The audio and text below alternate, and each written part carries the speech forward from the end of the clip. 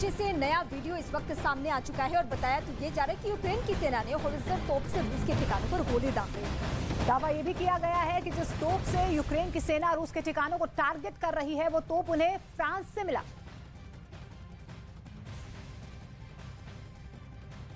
तो रूस के ठिकानों पर हमले का बड़ा दावा किया जा रहा है और यह दावा होवित्जर उन तोपों से किया गया है जो कि फ्रांस की ओर से यूक्रेन को मुहैया कराई गई हैं। ये बड़ी जानकारी जंग के मोर्चे से ये नया वीडियो सामने आया है जिसमें एक बार फिर से यूक्रेन की ओर से रिटेलिएशन यानी कि पलटवार दिखाई दे रहा है।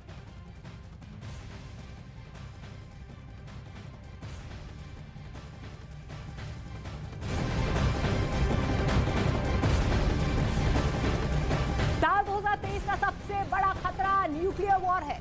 जहां हिरोशिमा और नागासाकी में गिरे परमाणु बमों से सैकड़ों गुना विनाशक बम दिखाकर अमेरिका और रूस एक दूसरे को धमका रहे हैं।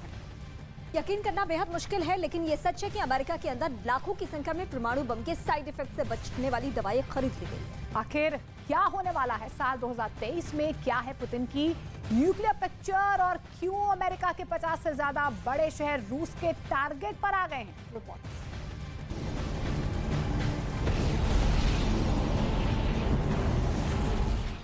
क्या हुआ अगर परमाणु बटन दबा और न्यूक्लियर हमला हुआ? पुतिन के टारगेट पर दुनिया के कौन कौन से शहर होंगे और इन शहरों पर बम गिरा तो क्या होगा?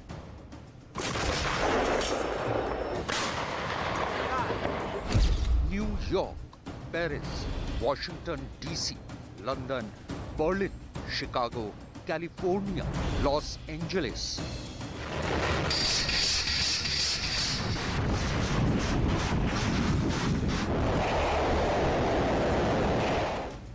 ये नाम इसलिए क्योंकि पुतिन की रेंज इन शहरों तक है और अगर नेटो और अमेरिका ने उनके साथ न्यूक्लियर युद्ध शुरू किया तो पुतिन इन सभी शहरों को धूल में मिला देंगे।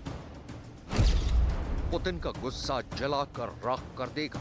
ये बात बाइडेन भी जानते हैं, मैक्रोन भी जानते हैं, ऋषि सुनक भी जानते हैं और ओलाफ शॉल्स भी जानते हैं। पुतिन की न्यूक्लियर कमांड इस वक्त पूरी तरह एक्टिव है। वो अपने तमाम खतरनाक न्यूक्लियर हथियारों और उनके डिलीवरी सिस्टम को पूरी तरह परख चुके हैं। अमेरिका की सीक्रेट एजेंसी ने अपने उन ठिकानों की लिस्टिंग कर ली है जो पुतिन की न्यूक्लियर फोर्स के टारगेट बन सकते हैं। इनमें सबसे हाई प्रायोरिटी पर मिनटमैन लगे अमेरिका का Malmstrom air force base, Minot air force base, F E Warren air force base, इसके अलावा Jim Creek naval radio station, America का स्ट्रैटेजिक मिसाइल परिसर STRATCOM air force base, Pentagon, Whiteman air force base, NORAD, Peterson air force base, Kirtland वायुसेना base, Albuquerque, Barksdale, Kings Bay नौसैनिक अड्डा हैं।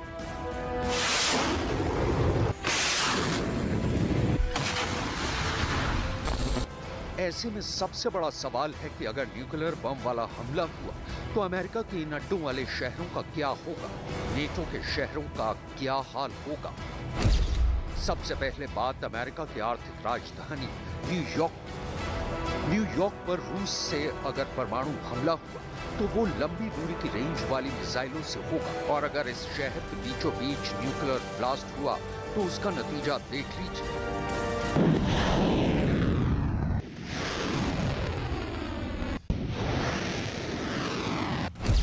अगर हमला 500 किलो टन के न्यूक्लियर बम से हुआ, यानी ऐसा बम जो हिरोशिमा पर गिराए गए एटम बम से 30 गुना ताकतवर हो, तो क्या होगा?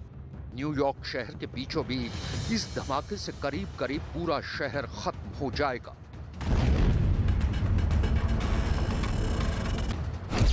न्यूयॉर्क पर बम गिरा तो शहर के सेंटर में सभी इमारतें धूल में तब्दील हो जाएंगी।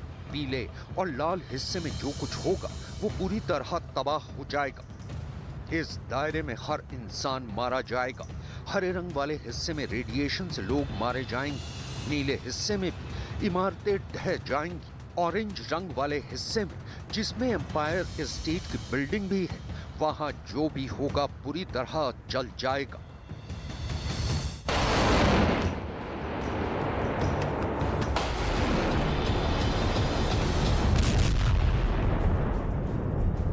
ऐसे हमले में न्यूयॉर्क की पहचान यहाँ की स्काईलाइन, जिसमें ट्रंप टावर भी होगा, और वो तमाम बिल्डिंग होंगी जो हम हॉलीवुड मूवीज में देखते आए हैं, सभी जमींदोज हो जाएंगी। इस हमले में 7 लाख से ज्यादा लोगों की मौत होगी, 11 लाख से ज्यादा लोग बुरी तरह जख्मी हो जाएंगे।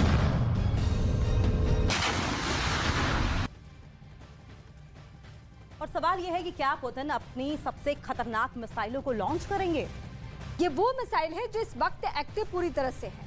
बिल्कुल, आपको बता दें कि रूस के लगातार हमलों के बीच ज़ेलेंस्की की लाचारी सामने आ रही है और नेटो की मजबूरी और पुतिन पर लग रहे दादागिरी वाले इल्जाम और न्यूयॉर्क को परमाणु हमले के खिलाफ तैयार करने वाली बातें।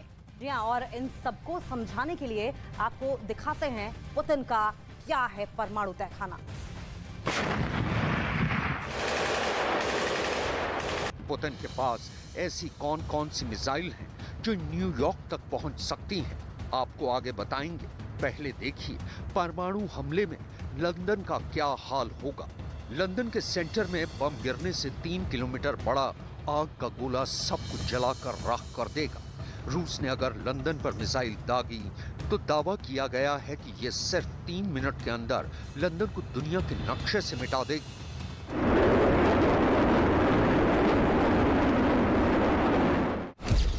लंदन पर परमाणु हमला हुआ तो ब्रिटेन की संसद धूल में तब्दील हो जाएगी। यहाँ प्रधानमंत्री का निवास, सब कुछ खत्म हो जाएगा।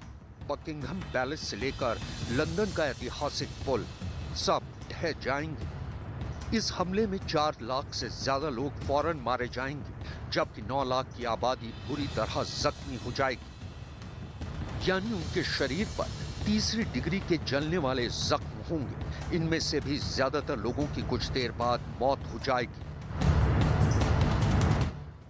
पुतिन ने फरवरी में युद्ध की शुरुआत के बाद ही फौरन वार्निंग देते हुए अपना परमाणु तहखाना खोल दिया था। सवाल है कि क्या पुतिन अपनी सबसे खतरनाक मिसाइलों को लॉन्च करेंगे? ये वो मिसाइल हैं जो इस वक्त पूरी तरह एक्टिव हैं।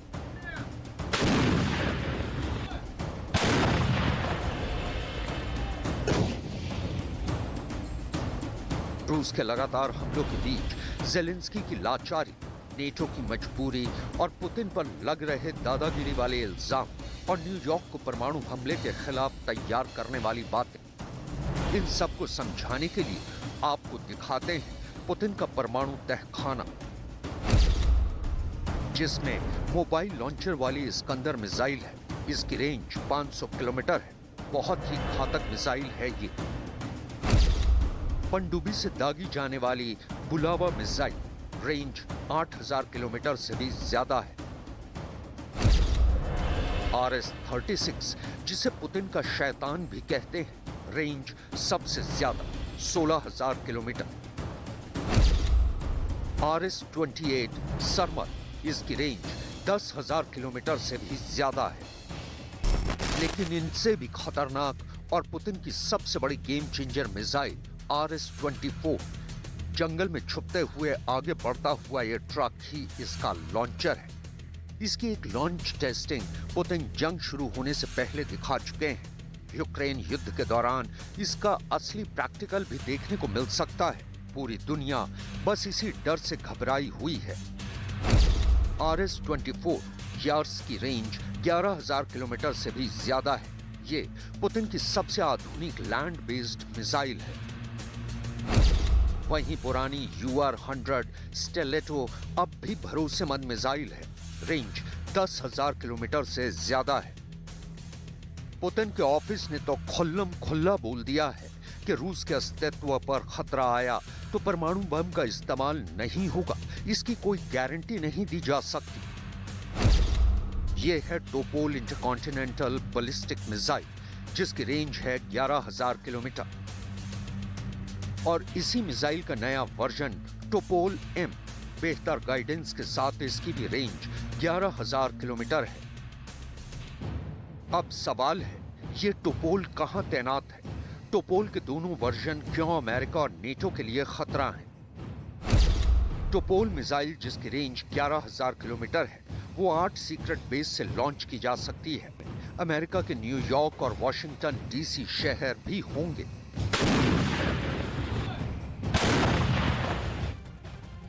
वॉशिंगटन डीसी और न्यूयॉर्क ऐसे शहर हैं जो दुनिया के सबसे बड़े पावर सेंटर माने जाते हैं। बिल्कुल, न्यूयॉर्क तो ऐसा शहर है जो कभी सोता नहीं है। जी हाँ, ये वो शहर है जिसकी तरक्की देखकर दुनिया भर के देश अपने शहरों की प्लानिंग करते हैं। और ऐसे शहरों पर परमाणु हमले की बातें हवा में नहीं की जा रही हैं।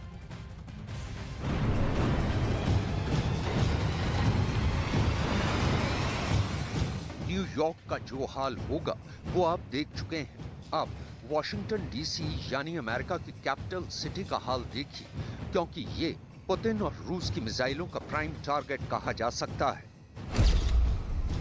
वॉशिंगटन डीसी के सेंटर में व्हाइट हाउस जर्रे जर्रे में तब्दील हो जाएगा। अमेरिका की संसद पूरी तरह ढह जाएगी। वहां सुप्रीम कोर्ट का भी सर्वनाश होगा। पीले दायरे में सब कुछ पिघल जाएगा और ऑरेंज दायरे तक तबाही बहुत खतरनाक होगी।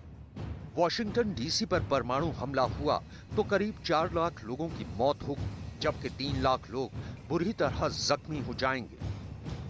इन हमलों में जो बच भी जाएंगे वो धीमी मौत मरते चले जाएंगे।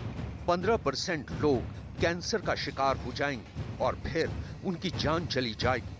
अमेरिका पर ऐसे हमले का खतरा सबसे ज्यादा है। वॉशिंगटन डीसी और न्यूयॉर्क ऐसे शहर हैं जो दुनिया के सबसे बड़े पावर सेंटर कहे जाते हैं। न्यूयॉर्क तो ऐसा शहर है जो कभी सोता नहीं, जहां की रौनक दुनिया भर में मशहूर है।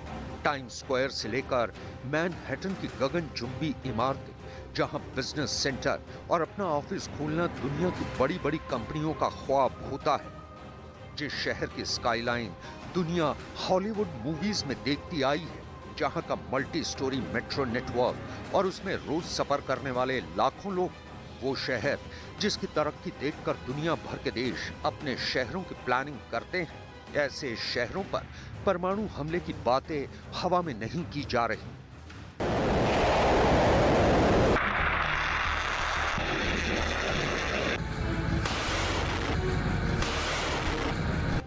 अमेरिका से लेकर यूरोप और एशिया तक दुनिया की तमाम मीडिया इसी सवाल को लेकर लेख छाप रही है। एक्सपर्ट अपने कमेंट दे रहे हैं। ये बताता है कि दुनिया पर न्यूक्लियर हमले के खतरे को कितनी संजीदगी से लिया जा रहा है। रूस की मीडिया में तो ये कहा जा रहा है कि यूक्रेन के पास परमाणु बम है, जिसका धमाका करके पूरा इल्जाम रूस पर डाला जा सकता है और फिर अमेरिका रूस की तरफ परमाणु हमले का आदेश दे सकता है। इन सभी फसाद की जड़ और न्यूक्लियर खतरे की शुरुआत यूक्रेन से हुई है और यूक्रेन पर हमले की तैयारी रूस ने 1-2 साल में नहीं की है। इसके पीछे 2014 के बाद का युद्धाभ्यास है जो यूक्रेन बॉर्डर के आसपास ही किए गए हैं, जबकि रूसी नेवी की एक्सरसाइज ऐसी रही है कि नेटो के हाथ पैर कांपने लगे। ये रूसी ICBM बुलावा है, इसकी लॉन्चिंग देखी और फिर नेटो के खौफ को समझिए। एक के बाद एक बुलावा मिसाइल लॉन्च हो रही है। एक मिसाइल, दूसरी मिसाइल, तीसरी मिसाइल, चौथी मिसाइल। बोरई क्लास की पनडुब्बी से ऐसी 16 मिसाइल लॉन्च की जा सकती हैं। 8000 किलोमीटर तक वार करने वाली ऐसी हर एक मिसाइल 6 परमाणु बम से लैस की जा सकती है। 6 न्यूक्लियर बम यानी 6 शहरों की इस तरह की तबाही।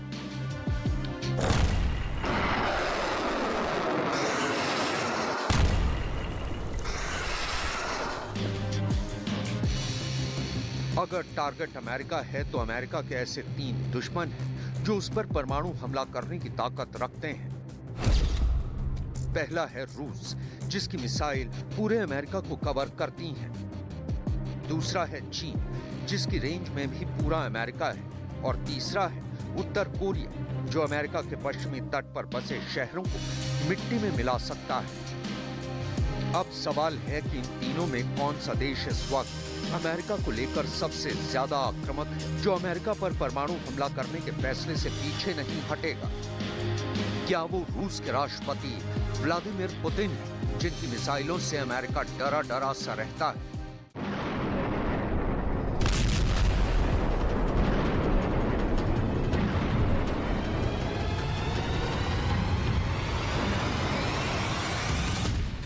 क्या वो चीन के राष्ट्रपति शी जिनपिंग हैं, जिनकी खामोशी ही अमेरिका से लेकर ताइवान और जापान को डराने के लिए काफी होती है? या फिर उत्तर कोरिया के supreme leader Kim Jong Un के ऑर्डर पर अमेरिका पर न्यूक्लियर अटैक हो सकता है? किम जोंग उन ने अपनी मिसाइल लगातार दिखाई है। किम जोंग का हंसता खिलखिलाता हुआ चेहरा उनके किसी भी दुश्मन को डरा सकता है, खास तौर से जब किम जोंग को अपनी लंबी दूरी की मिसाइलों के टेस्ट पर खूब जश्न मनाते हुए देखा जाता है।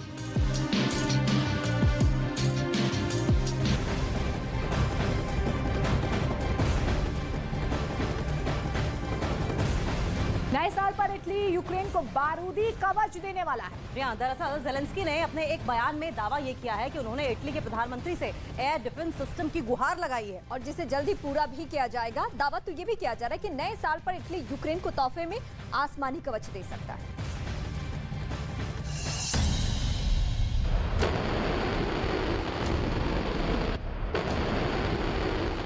रूस की ताकत उसकी मिसाइल है। जंग में रूस के साथी देश से मिले ड्रोन ने भी यूक्रेन पर कहर बरसाया। मिसाइल और ड्रोन की वजह से ही पुतिन यूक्रेन की बुनियाद हिलाने में कामयाब भी हुए। लेकिन अब इटली यूक्रेन को एक ऐसा कवच देने वाला है जो रूस की मिसाइल, ड्रोन और एयरक्राफ्ट को हवा में ही तबाह कर देगा। इस कवच का नाम है SAM-T एयर डिफेंस सिस्टम।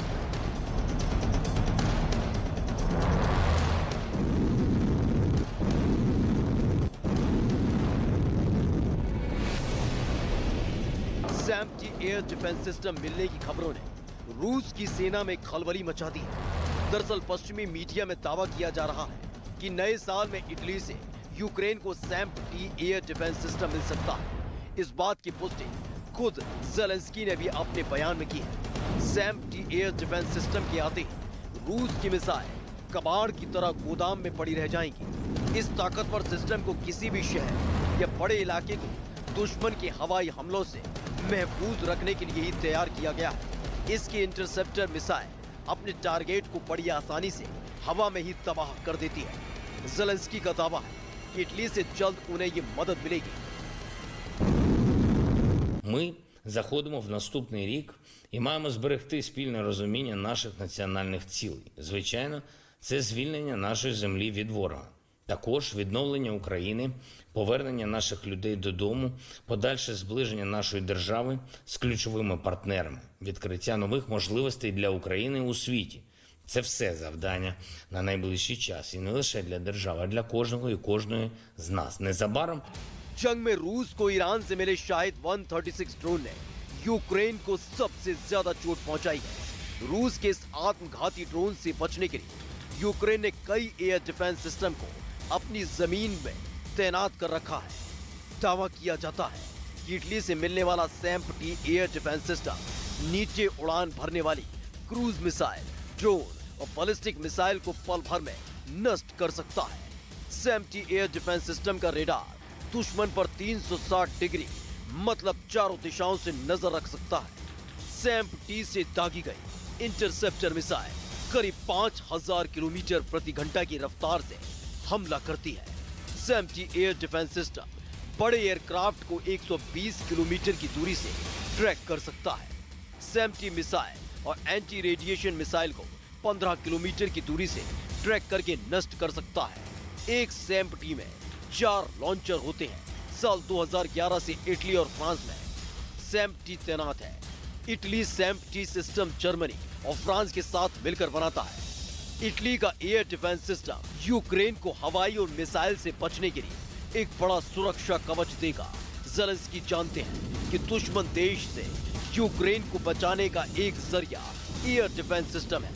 इसलिए फिर चाहे अमेरिका हो या फ्रांस, हर साथी देश से वो एयर डिफेंस सिस्टम की मांग कर रहे हैं, जो वक्त रहते पूरी भी हो रही है।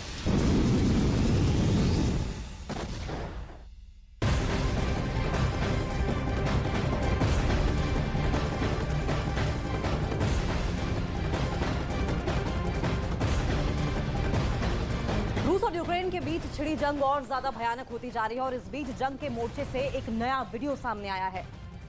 और वीडियो में वैगनर के लड़ाके रूस के रक्षा मंत्रालय के प्रमुख पर भड़कते हुए नजर आए। इस वीडियो में वैगनर लड़ाके बखमूत की लड़ाई को लेकर रूस की सेना से गुस्से में थे। और इसके बाद कयास ये लगाए जा रहे हैं कि क्या पुतिन की सेना और वैगनर ग्रुप के बीच फूट पड़ गई है।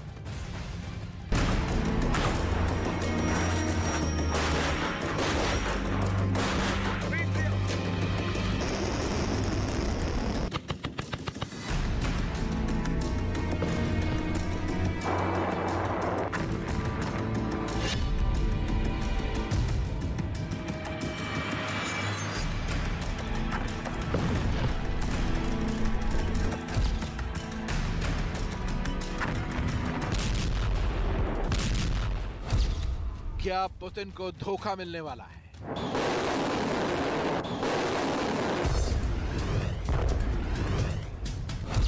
क्या वैगनर छोड़ देंगे पुतिन का साथ?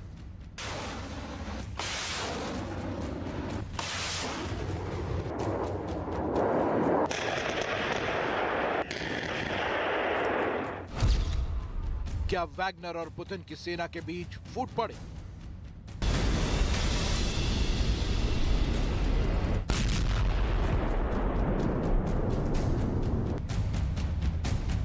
वैगनर ग्रुप यानी पुतिन की जानलेवा, खूंखार और फाड़े के सैनिकों वाली आर्मी। इस ग्रुप के सदस्यों को लेकर दावा किया जाता है कि पुतिन के एक इशारे पर ये दुश्मन को मिट्टी में मिला देते हैं, शहर के शहर बारूद से भर देते हैं और बर्बादी की तस्वीरों से हर किसी को सहमा देते हैं। वैगनर ग्रुप का इतिहास क्रूर और खूंखार योद्धाओं वाला रहा है, लेकिन युद्ध के बीच एक ऐसा वीडियो सामने आया जिसने सवाल खड़े कर दिए कि क्या वैगनर ग्रुप के लड़ाके रूस की सेना से गुस्से में है। Начальнику генерального штаба. Ты пидор и черт ебаный. Да больше воевать, у нас нет снарядов. Там парни гибнут за нас, а мы тут... इस वीडियो को लेकर दावा किया गया कि वैगनर के सैनिक रूस के रक्षा मंत्रालय के प्रमुख पर भड़क गए।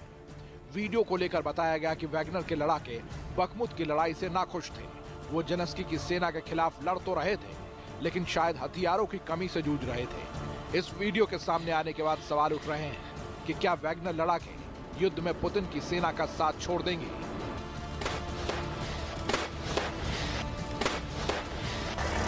क्योंकि ये वही लड़ाके हैं जिन्हें पुतिन का लेफ्ट हैंड कहा जाता है। युद्ध में एक मोर्चा कादिरोव के लड़ाकों ने संभाला, तो दूसरा मोर्चा पुतिन की प्राइवेट आर्मी यानी वैगनर ग्रुप के लड़ाकों ने।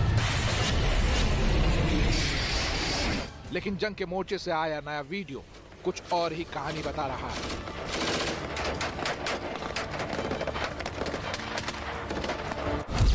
वैगनर ग्रुप वो ग्रुप है जिसकी स्थापना कथित तौर पर दिमित्री यूटकिन ने की थी। वो स्पेशल फोर्स में कर्नल था।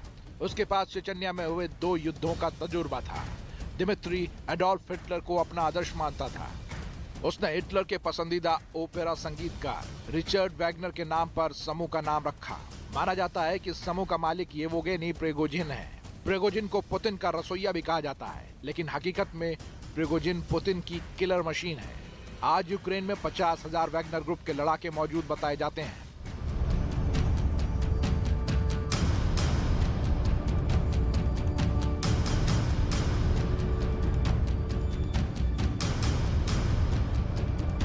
लेकिन जिस तरह से वैगनर के लड़ाके पुतिन की सेना से नाराज दिख रही है, ये खबर युद्ध के मोर्चे पर पुतिन को बड़ा झटका दे सकती है। अब तक दावा किया जा रहा था कि वैगनर पुतिन के एक इशारे पर दुश्मन को मिट्टी में मिला देते हैं, शहर के शहर चंद घंटों में बारूद से भर देते हैं। ऐसे में वैगनर ग्रुप और रूस की सेना के बीच में विवाद पुतिन को महायुद्ध के मैदान में नुकसान पहुंचा सकता है।